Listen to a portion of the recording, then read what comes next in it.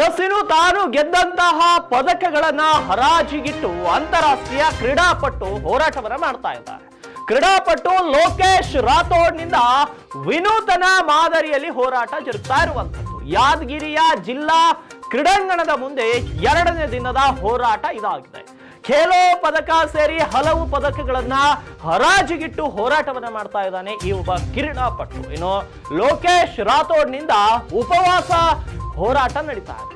ಜಿಲ್ಲಾ ಕ್ರೀಡಾಂಗಣದ ಅವ್ಯವಸ್ಥೆಯ ವಿರುದ್ಧ ಹಾಗೂ ಕ್ರೀಡಾಪಟುಗಳಿಗೆ ಸೌಲಭ್ಯ ನೀಡುವಂತೆ ಒತ್ತಾಯಿಸಿ ಈ ಒಂದು ಹೋರಾಟ ನಡೀತಾ ಇದೆ.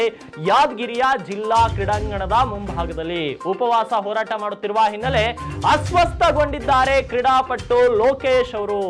ಏನು ಆರೋಗ್ಯ ತಪಾಸಣೆಯನ್ನ ಮಾಡಿದ್ದಾರೆ ಆರೋಗ್ಯ ಇಲಾಖೆಯ ಸಿಬ್ಬಂದಿಗಳು. ಆದ್ರೆ ಎಂತಹ ದುರ್ದೈವ ನೋಡಿ, ಭಾರತ ದೇಶದಲ್ಲಿ ಮೆಸ್ಸಿಯನ್ನ ಭಾರತಕ್ಕೆ ಕರೆಸಲು 150 ಕೋಟಿಯನ್ನ ಖರ್ಚು ಮಾಡಿದ್ರು. ಆದ್ರೆ ಭಾರತದಲ್ಲಿರುವಂತಹ ಕ್ರೀಡಾಪಟುಗಳು ಇವತ್ತು ಬೀದಿಗಿಳಿದು ತಮ್ಮ ಪದಕಗಳನ್ನ ಹರಾಜಿಗಿಟ್ಟು ಹೋರಾಟವನ್ನ ಮಾಡ್ತಿದ್ದಾರೆ. ಸ್ಥಳಕ್ಕೆ ಯಾದಗಿರಿ ಜಿಲ್ಲಾಧಿಕಾರಿ ಆಗಮಿಸುವಂತೆ ಅವರು ಕೂಡ ಪಟ್ಟು ಹಿಡಿದಿದ್ದಾರೆ. ಲೋಕೇಶ್ ರಾಥೋಡ್ ಹೋರಾಟಕ್ಕೆ ಇದೀಗ ಅನೇಕ ಸಂಘಟನೆಗಳು ಕೂಡ ಸಾಥ್ ಕೊಡ್ತಾ ಇದ್ದಾರೆ. ಸಾಮಾಜಿಕ ಜಾಲತಾಣದಲ್ಲಿ ಕೂಡ ಅನೇಕ ರೀತಿಯಲ್ಲಿ ಬೆಂಬಲ ವ್ಯಕ್ತವಾಗ್ತಾ ಇದೆ ರಾಥೋಡ್ ಅವರಿಗೆ. ನೋಡಿ, ಮೆಸ್ಸಿ ಬಂದಾಗ 150 ಕೋಟಿ ರೂಪಾಯಿ ಖರ್ಚು ಮಾಡಿ ಅವರ ಸ್ಟ್ಯಾಚ್ಯೂವನ್ನ ನಿರ್ಮಿಸಿದ್ರು. ಮಾಡ್ಲಿ, ಕ್ರೀಡಾ ಸ್ಫೂರ್ತಿಯಾಗಿ ಮಾಡ್ಲಿ. ಆದ್ರೆ ದೇಶದಲ್ಲಿರುವಂತಹ ಕ್ರೀಡಾಪಟುಗಳಿಗೆ, ದೇಶದಲ್ಲಿರುವಂತಹ ಯುವ ಕ್ರೀಡಾಪಟುಗಳಿಗೆ ಬೆಂಬಲ ಕೊಡಬೇಕಾದವರು ಯಾರು?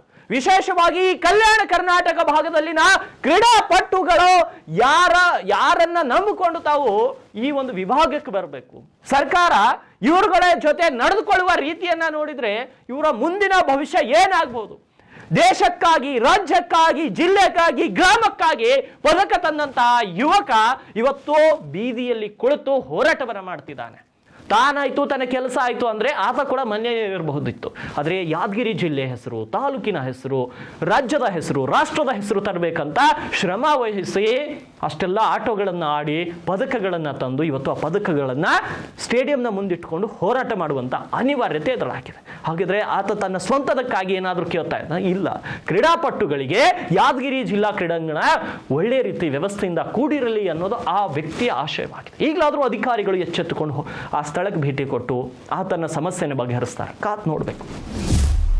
ಔರಾದ್ ಮತಕ್ಷೇತ್ರದ ಶಾಸಕ ಪ್ರಭು ಚವ್ಹಾಣ್ ಅವರು ತಮ್ಮ ಕ್ಷೇತ್ರದಾದ್ಯಂತ ಗ್ರಾಮ ಸಂಚಾರವನ್ನು ಆರಂಭಿಸಿದ್ದು, ನಿನ್ನೆ ಚಿಂತಾಕಿ ಹೋಬಳಿ ವ್ಯಾಪ್ತಿಯ ವಿವಿಧ ಗ್ರಾಮಗಳಲ್ಲಿ ಸಂಚಾರವನ್ನು ನಡೆಸಿ ಸಾರ್ವಜನಿಕರ ಅಹವಾಲುಗಳನ್ನು ಆಲಿಸಿದರು. ಸರ್ಕಾರಿ ಶಾಲೆಯೊಂದಕ್ಕೆ ತೆರಳಿದ ಶಾಸಕರು ಶಾಲೆಗಳಲ್ಲಿ ಮಕ್ಕಳ ಕೊರತೆಯನ್ನು ಕಂಡು ಬೇಸರವನ್ನು ವ್ಯಕ್ತಪಡಿಸಿದರು. ಬಡ ಮಕ್ಕಳಿಗೆ ಉತ್ತಮ ಶಿಕ್ಷಣ ನೀಡಬೇಕೆಂಬ ಉದ್ದೇಶದಿಂದ ಸರ್ಕಾರಿ ಶಾಲೆಗಳಿಗೆ ಪ್ರತಿ ವರ್ಷ ಕೋಟ್ಯಾಂತರ ರೂಪಾಯಿ ಹಣ ಖರ್ಚು ಮಾಡಲಾಗ್ತಾ ಇದೆ. ಆದರೆ ಶಾಲೆಗಳಲ್ಲಿ ಮಕ್ಕಳು ಇಲ್ಲದೆ ಇರುವುದು ಉತ್ತಮ ಬೆಳವಣಿಗೆ ಅಲ್ಲ. ಒಂದು ತರಗತಿಯಲ್ಲಿ 3 ರಿಂದ 4 ವಿದ್ಯಾರ್ಥಿಗಳು ಇರುವುದು ಶಿಕ್ಷಕರು ಮತ್ತು ಇಲಾಖೆ ಅಧಿಕಾರಿಗಳ ನಿರ್ಲಕ್ಷ್ಯ ಎತ್ತಿ ತೋರಿಸುತ್ತಿದೆ. ಇನ್ನು ಶಾಲೆಗಳಲ್ಲಿ ವಿದ್ಯಾರ್ಥಿಗಳ ಸಂಖ್ಯೆ ಇದ್ರೆ ಮಾತ್ರ ಶಾಲೆಗಳು ಉಳಿಯಲು ಸಾಧ್ಯ. ಹಾಗಾಗಿ ಮುಖ್ಯ ಗುರುಗಳು ಮಕ್ಕಳ ದಾಖಲಾತಿಯತ್ತ ಹೆಚ್ಚಿನ ಗಮನ ಹರಿಸಬೇಕು. ಶಾಲೆಯಲ್ಲಿ ಗುಣಮಟ್ಟದ ಶಿಕ್ಷಣ ಕಲ್ಪಿಸಿದ್ರೆ ತಾನಾಗಿ ದಾಖಲಾತಿ ಪ್ರಮಾಣ ಹೆಚ್ಚುತ್ತದೆ. ಹಾಗಾಗಿ ಎಲ್ಲ ಶಿಕ್ಷಕರು ಸರಿಯಾಗಿ ಪಾಠ ಮಾಡಬೇಕು ಮತ್ತು ಪ್ರತಿ ವರ್ಷ ಮನೆ ಮನೆಗೆ ಭೇಟಿ ನೀಡಿ ಪೋಷಕರು ತಮ್ಮ ಮಕ್ಕಳನ್ನ ಸರ್ಕಾರಿ ಶಾಲೆಯಲ್ಲಿ ದಾಖಲಿಸುವಂತೆ ಮನವೊಲಿಸಬೇಕು. ಶಿಕ್ಷಕರಿಗೆ ಶಾಸಕ ಪ್ರಭು ಚವ್ಹಾಣ್ ನಿರ್ದೇಶನವನ್ನು ನೀಡಿದರು. ಇನ್ನು ಮಕ್ಕಳ ಕೊರತೆ ಇರುವಂತಹ ಕಡೆ ಹೆಚ್ಚಿನ ಶಿಕ್ಷಕರಿದ್ದಲ್ಲಿ ಕೂಡಲೇ ಅಂತವರನ್ನ ಶಾಲೆಯ ಶಿಕ್ಷಕರನ್ನ ಅಗತ್ಯವಿರುವ ಕಡೆಗೆ ನಿಯೋಜನೆ ಮಾಡಬೇಕು. ಕೆಲವು ಕಡೆ ಶಿಕ್ಷಕರು ಶಾಲೆಗೆ ಹೋಗುವುದೇ ಇಲ್ಲ ಎಂಬ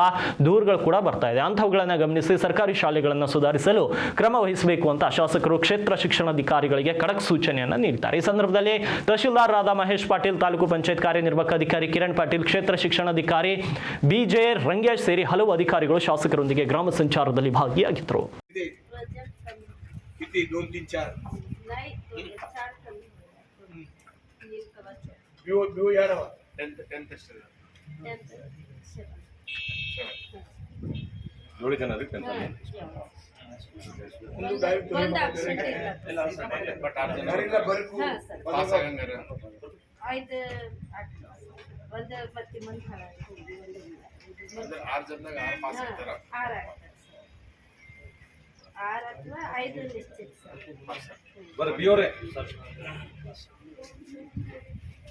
₹14 लाख साहेब ठेवलं काम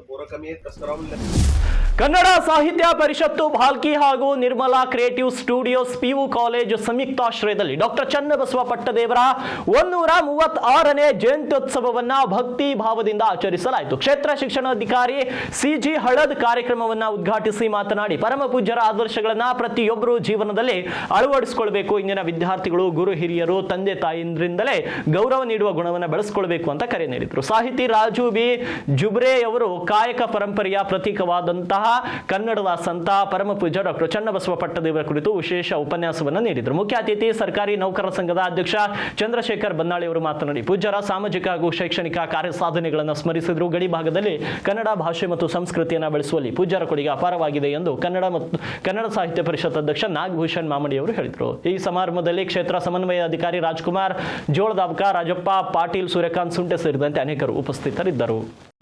ನಡೆದಾಡುವಂತ ಭೂಮಿಯಲ್ಲಿ ನನಗೆ ಕೆಲಸ ಮಾಡ್ಲಿಕ್ಕೆ ಅವಕಾಶ ಸಿಕ್ಕಾಗಲ್ಲ ಅಂತ ತಿಳ್ಕೊಂಡು ಭೂಮಿ ನಮಸ್ಕಾರ ಮಾಡಿ ಬಸ್ ಕಲ್ಯಾಣಕ್ಕೆ ಬರ್ತಿದ್ರು.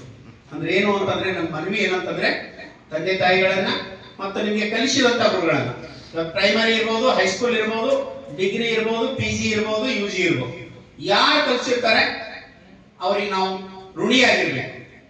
ಅವರನ್ನ ಗೌರವಿಸುವಂತ ಗುಣ ಇರ್ಬೇಕು. ಎಷ್ಟೋ ಕಡೆ ನೋಡ್ತೇವೆ, ಟೀಚರ್ ಬಂದ್ರು ಎದ್ದು ಸೀಟ್ ಕೊಡಲ್ಲ. ನಮ್ಮ ಮಕ್ಕಳು ಹೆಂಗ್ ಬಂದದ, ಎಲ್ಲಿ ಬಂದದ ನಮ್ಮ ಸಂಸ್ಕೃತಿ ಸಂಸ್ಕಾರ, ಎಲ್ಲಿ ಹೋಗ್ಯದ? ಗುರು ಹಿರಿಯರು ಬಂದಾಗ ಅವರನ್ನು ಗೌರವಿಸುವಂಥದ್ದು, ಸತ್ಕರಿಸುವಂತ ಗುಣ ನಮ್ಮಲ್ಲಿ ಬರ್ಬೇಕಾಗ್ತದೆ. ಮನೆಗೆ ಯಾರೇ ಬರಲಿ, ನಮ್ಮ ಶತ್ರುನೇ ಬರಲಿ, ಅವರಿಗೆ ಸತ್ಕರಿಸುವಂಥದ್ದು ನಮ್ಮಲ್ಲಿ ಬರ್ಬೇಕು. ಅಂದಾಗ ಮಾತ್ರ ಮಾನವೀಯ ಮೌಲ್ಯಗಳು ಅದಾವ ಅಂತ. ನಮ್ಮ ಭಾರತ ದೇಶದಲ್ಲಿ ಇರ್ತಕ್ಕಂಥ ಎಲ್ಲ ರಾಮ ಮಂದಿರ ಅಲ್ಲಿ ಕಟ್ಲಿಕ್ಕೆ ರಾಮ್ ಫಾರಿನ್ ದವ್ರು ಇವತ್ತು ಏನ್ ಮಾಡ್ಲಿಕ್ಕತ್ತಾರ ಅಂದ್ರೆ ರಿಸರ್ಚ್ ಮಾಡ್ಲಿಕ್ಕೆ ಹೊಂಟಾರ.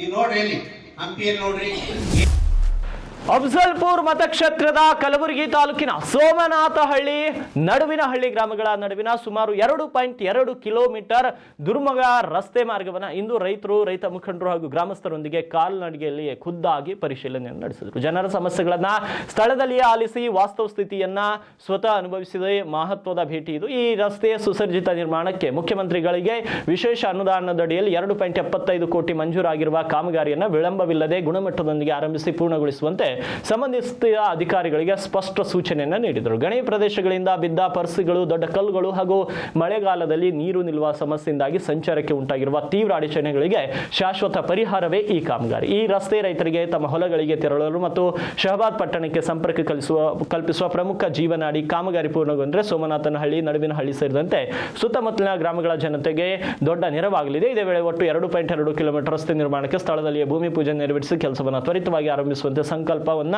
ಮತ್ತೊಮ್ಮೆ ದೃಢಪಡಿಸಲಾಯಿತು. ಇನ್ನು ಜನರೊಂದಿಗೆ ನಡೆದ ಸಮಸ್ಯೆಗಳನ್ನು ಸ್ಥಳದಲ್ಲಿಯೇ ಅರಿತು ಪರಿಹಾರಕ್ಕೆ ಕೈ ಜೋಡಿಸುವುದು ನಿಜವಾದ ಜನಸೇವೆ. ಈ ಸಂದರ್ಭದಲ್ಲಿ KRIDL AEE ಅರುಣ್ ಕುಮಾರ್ ಬಿರಾದರ್ ಮತ್ತು PREAEE ಶರಣಯ್ಯ ಸ್ವಾಮಿ, ಸೋಮನಾಥಹಳ್ಳಿ ನಡುವಿನಹಳ್ಳಿ ಪಕ್ಷದ ಮುಖಂಡರು, ರೈತರು, ಈ ಗ್ರಾಮಸ್ಥರು ಉಪಸ್ಥಿತರಿದ್ದರು.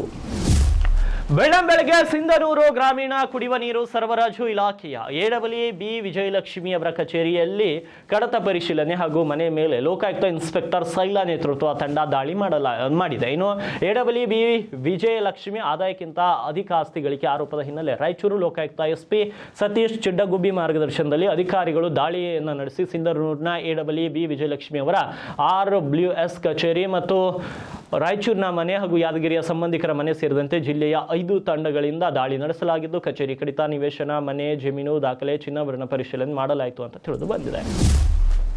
ಭಾಲ್ಕಿ ತಾಲೂಕಿನ ಭಾತಂಬ್ರ ಗ್ರಾಮದ ಜಗದ್ಗುರು ನಿರಂಜನ ಸಂಸ್ಥಾನ ಮಠದ ಉತ್ತರಾಧಿಕಾರಿಯಾಗಿರುವ ಡಾಕ್ಟರ್ ಗುರುಬಸವ ದೇಶಿಕರ್ ಪಟ್ಟಾಭಿಷೇಕದ ನಿಮಿತ್ತ ಹಮ್ಮಿಕೊಳ್ಳಲಾದ ಬಸವ ದರ್ಶನ ಪ್ರವಚನ ಕಾರ್ಯಕ್ರಮವನ್ನು ಬೀದರ್ ಜಿಲ್ಲಾ ಉಸ್ತುವಾರಿ ಸಚಿವ ಈಶ್ವರ್ ಬಿ ಖಂಡ್ರೆ ಅವರು ಉದ್ಘಾಟಿಸಿ ಮಾತನಾಡಿದರು. ಕಾರ್ಯಕ್ರಮದಲ್ಲಿ ಜಗದ್ಗುರು ಶಿವಯೋಗೀಶ್ವರ ಸ್ವಾಮೀಜಿ ಅವರು ದಿವ್ಯ ಸಾನ್ನಿಧ್ಯವನ್ನು ವಹಿಸಿ ಆಶೀರ್ವಚನ ನೀಡಿದರು.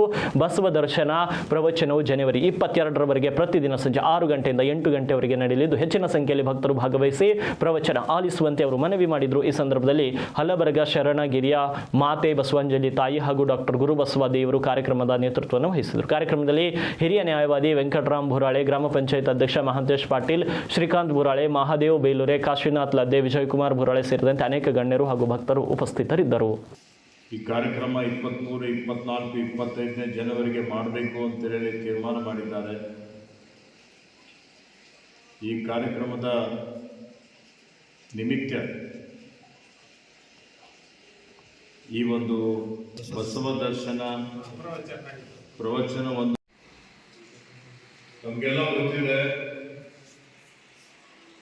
ಪೂಜ್ಯ ಶಿವಲಿಂಗೇಶ್ವರ ಮಹಾಸ್ವಾಮಿಗಳು ತಮ್ಮ ಜೀವನ ಪರ್ಯಂತ ಸಮಾಜಕ್ಕಾಗಿ ತಮ್ಮನ್ನು ತಾವು ಸಮರ್ಪಣೆ ಮಾಡಿಕೊಂಡು ಧಾರ್ಮಿಕ ಜಾಗೃತಿ ಮೂಡಿಸಲಿಕ್ಕೆ ಬಸವತತ್ವ ಪ್ರಚಾರ ಪ್ರಸಾರ ಅದರ ಜೊತೆಯಲ್ಲಿ ಎಲ್ಲ ಭಕ್ತರು ಯಾವ ರೀತಿಯಲ್ಲಿ ನಮ್ಮ ಬದುಕನ್ನು ಬೆಳೆಸಬೇಕು ಅನ್ನೋದ್ರ ಬಗ್ಗೆ ಇವತ್ತು ಇಡೀ ನಾಡಿನಾದ್ಯಂತ ಸುತ್ತಾಡಿ ಪ್ರವಚನ ಹೇಳಿದ್ದಾರೆ, ಮಾರ್ಗದರ್ಶನ ಮಾಡಿದ್ದಾರೆ, ಆಶೀರ್ವಚನ ಮಾಡಿದ್ದಾರೆ. ನಮ್ಮೆಲ್ಲರಿಗೆ ಅತ್ಯಂತ ಆತ್ಮೀಯರು, ನಂಬಿಕೊಂಡಂತಹ ಭಕ್ತರ ಸಮಸ್ಯೆಗಳನ್ನು ಬಗೆಹರಿಸಿದ್ದಾರೆ. ಕಾಂಗ್ರೆಸ್ ನಾಯಕ ರಾಹುಲ್ ಗಾಂಧಿಗೆ ಮಾಜಿ ಸಚಿವ KN ರಾಜಣ್ಣ ಮತ್ತೊಂದು ಪತ್ರವನ್ನ ಬರೆದಿದ್ದಾರೆ. ವೋಟ್ ಚೋರಿ ಅಭಿಯಾನದ ಬಗ್ಗೆ ತಮ್ಮ ಹೇಳಿಕೆಯನ್ನ ಹೇಗೆ ತಪ್ಪಾಗಿ ಅರ್ಥೈಸಲಾಗಿದೆ ಎಂಬುದರ ಬಗ್ಗೆ ಸಂಭಾಷಣೆ ಸಮೇತ ಪತ್ರದಲ್ಲಿ ಉಲ್ಲೇಖಿಸಲಾಗಿದ್ದು, ಭೇಟಿಗೂ ಸಮಯ ಕೇಳಿದ್ದಾರೆ. ಈಗಾಗಲೇ 4 ಪತ್ರಗಳನ್ನು ಬರೆದಿರುವಂತಹ ರಾಜಣ್ಣ ರಾಜ್ಯದಲ್ಲಿನ ವಿದ್ಯಮಾನದಿಂದ ಪಕ್ಷಕ್ಕೆ ಆಗುತ್ತಿರುವ ಡ್ಯಾಮೇಜ್ ಬಗ್ಗೆಯೂ ಕೂಡ ಅವುಗಳಲ್ಲಿ ಉಲ್ಲೇಖಿಸಿದರು. ಸಿದ್ದರಾಮಯ್ಯ ಅವರನ್ನ ಸಿಎಂ ಸ್ಥಾನದಿಂದ ಕೈಬಿಟ್ಟರೆ ಆಗುವ ಡ್ಯಾಮೇಜ್ ಬಗ್ಗೆಯೂ ಕೂಡ ಮನವರಿಕೆ ಯತ್ನ ಮಾಡಿದ್ರು. ತಾನು ತುಮಕೂರು ಜಿಲ್ಲೆಯ ಮಧುಗಿರಿ ವಿಧಾನಸಭಾ ಕ್ಷೇತ್ರದ ಪ್ರಸ್ತುತ ಶಾಸಕನಾಗಿದ್ದು ಕರ್ನಾಟಕ ಸರ್ಕಾರದಲ್ಲಿ ಸಹಕಾರ ಸಚಿವನಾಗಿಯೂ ಹಾಗೂ ಹಾಸನ ಜಿಲ್ಲಾ ಉಸ್ತುವಾರಿ ಸಚಿವನಾಗಿಯೂ ಈ ಹಿಂದೆ ಸೇವೆ ಸಲ್ಲಿಸಿದ್ದೇನೆ. ಮುಖ್ಯಮಂತ್ರಿಗಳಾದ ಸಿದ್ದರಾಮಯ್ಯ ಅವರ ಸಚಿವ ಸಂಪುಟದಿಂದ ತನ್ನನ್ನು ಕೈಬಿಟ್ಟಿರುವ ಹಿನ್ನೆಲೆ ಕೆಲ ಪ್ರಮುಖ ವಿಷಯಗಳನ್ನು ಗಮನಕ್ಕೆ ತರುತ್ತಿದ್ದೇನೆ ಎಂದು ಪತ್ರದಲ್ಲಿ ರಾಜಣ್ಣ ಹೇಳಿದ್ದಾರೆ. ವೋಟ್ ಚೋರಿ ಕಾರ್ಯಕ್ರಮವನ್ನ ನಾನು ಹೃದಯಪೂರ್ವಕವಾಗಿ ಬೆಂಬಲಿಸಿದ್ದು, ಇಂತಹ ಮಹತ್ವದ ವಿಷಯಗಳನ್ನು ದೇಶದ ಮುಂದೆ ಇಡುವ ನಿಮ್ಮ ನಾಯಕತ್ವ ಮತ್ತು ಮುಂದಾಳತ್ವವನ್ನು ಆಳವಾಗಿ ಮೆಚ್ಚುತ್ತೇನೆ. ನಾನು ನೀಡಿದ ಹೇಳಿಕೆಯ ಉದ್ದೇಶ ಏನೆಂದರೆ, ಕೆಪಿಸಿಸಿ ನೇಮಕ ಮಾಡಿದ BLAಗಳು ತಮ್ಮ ಜವಾಬ್ದಾರಿಯಿಂದ ಸಮರ್ಪಕವಾಗಿ ನಿರ್ವಹಿಸಿಲ್ಲ. ಕೆಪಿಸಿಸಿ ಅಧ್ಯಕ್ಷರಾದ DK ಶಿವಕುಮಾರ್ ಮತ್ತು ಸಂಬಂಧಿಸಿದವರು ಈ ಲೋಪಗಳತ್ತ ಸೂಕ್ತ ಗಮನ ನೀಡಿದ್ರೆ ಅವುಗಳನ್ನು ತಪ್ಪಿಸಬಹುದಾಗಿತ್ತು. ಹಾಗಿದ್ರೆ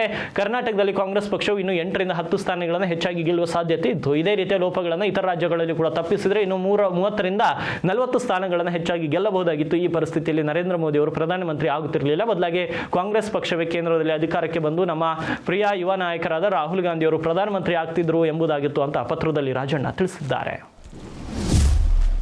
ಕೇಂದ್ರ ಹಣಕಾಸು ಮತ್ತು ಕಾರ್ಪೊರೇಟ್ ವ್ಯವಹಾರಗಳ ಸಚಿವೆ ನಿರ್ಮಲಾ ಸೀತಾರಾಮನ್ ಅವರು 2 ದಿನಗಳ ವಿಜಯನಗರ ಪ್ರವಾಸವನ್ನು ಮುಕ್ತಾಯಗೊಳಿಸಿದ್ದಾರೆ. ಈ ವೇಳೆ ಅವರು ಸೇರಿದಂತೆ ಹಲವು ಐತಿಹಾಸಿಕ ತಾಣಗಳಿಗೆ ಅವರು ಭೇಟಿ ನೀಡಿದರು. ಭಾರತೀಯ ಪುರಾತತ್ವ ಸರ್ವೇಕ್ಷಣಾ ಇಲಾಖೆ, ಹಂಪಿ ವೃತ್ತ ಮತ್ತು ಜಿಲ್ಲಾಡಳಿತದ ಕಳಪೆ ನಿರ್ವಹಣೆ ಮತ್ತು ಸರಿಯಾದ ಶಿಷ್ಟಾಚಾರದ ಕೊರತೆಯ ಬಗ್ಗೆ ಸಚಿವೆ ತೀವ್ರ ಬೇಸರವನ್ನು ವ್ಯಕ್ತಪಡಿಸಿದರು. ಮೂಲಗಳ ಪ್ರಕಾರ ಭಾನುವಾರ ಹಂಪಿಯ ಐತಿಹಾಸಿಕ ಕೊಂದಡ್ಡರಾಮ ದೇವಸ್ಥಾನಕ್ಕೆ ಭೇಟಿ ನೀಡುತ್ತಿದ್ದಾಗ ದೇವಾಲಯಕ್ಕೆ ಹೋಗುವ ದಾರಿಯುದ್ದಕ್ಕೂ ಮಾನವ ಮಲ ಸೇರಿದಂತೆ ಅಮೂಲ್ಯ ಪರಿಸ್ಥಿತಿ ಕಂಡುಬಂದಿದೆ. ಯುನೆಸ್ಕೋ ವಿಶ್ವ ಪಾರಂಪರ್ಯ ತಾಣ ಸ್ವಚ್ಛತೆ ಮತ್ತು ಒಟ್ಟಾರೆ ನಿರ್ವಹಣೆಯ ಬಗ್ಗೆ ನಿರ್ಮಲಾ ಅವರು ಪ್ರಶ್ನೆ ಮಾಡಿದ್ದು ಅಧಿಕಾರಿಗಳು ತಬ್ಬಿಬ್ಬಾಗಿದ್ದರು. ಪಾರಂಪರಿಕ ಪ್ರದೇಶದಲ್ಲಿ ಲಭ್ಯವಿರುವ ಸಾರ್ವಜನಿಕ ಶೌಚಾಲಯಗಳ ಸಂಖ್ಯೆ ಬಗ್ಗೆ ಅಧಿಕಾರಿಗಳನ್ನು ಕೇಳಿದ್ದಾರೆ ಎಂದು ಮೂಲಗಳು ತಿಳಿಸಿವೆ. ಹಂಪಿಗೆ ಭೇಟಿ ನೀಡಿದ ಸಂದರ್ಭದಲ್ಲಿ ಸೀತಾರಾಮನ್ ಅವರು ಫೆಬ್ರವರಿಯಲ್ಲಿ ಮಂಡಿಸಲಿರುವ ಮುಂಬರುವ ಕೇಂದ್ರ ಬಜೆಟ್ನ ಸಿದ್ಧತೆಗಳ ಕುರಿತು ಚರ್ಚಿಸಲಾದ ಚಿಂತನ ಕಾರ್ಯಾಗಾರದ ಅಧ್ಯಕ್ಷತೆ ವಹಿಸಿದರು. IAS ಅಧಿಕಾರಿಗಳು ಸೇರಿದಂತೆ 120ಕ್ಕೂ ಹೆಚ್ಚು ಅಧಿಕಾರಿಗಳು ಭಾಗವಹಿಸಿದ್ರು. ಅದಾಗೂ ಅಭಿವೃದ್ಧಿ ಯೋಜನೆಗಳಿಗೆ ಹೆಚ್ಚುವರಿ ಹಣಕ್ಕಾಗಿ ಸ್ಥಳೀಯ ಅಧಿಕಾರಿಗಳು ಮತ್ತು ಚುನಾಯಿತ ಪ್ರತಿನಿಧಿಗಳು ಪದೇ ಪದೇ ವಿನಂತಿಸಿದ್ದರಿಂದ ಭೇಟಿಯು ಅಡ್ಡಿಯಾಯಿತು ಎಂದು ವರದಿಯಾಯಿತು. ಇದು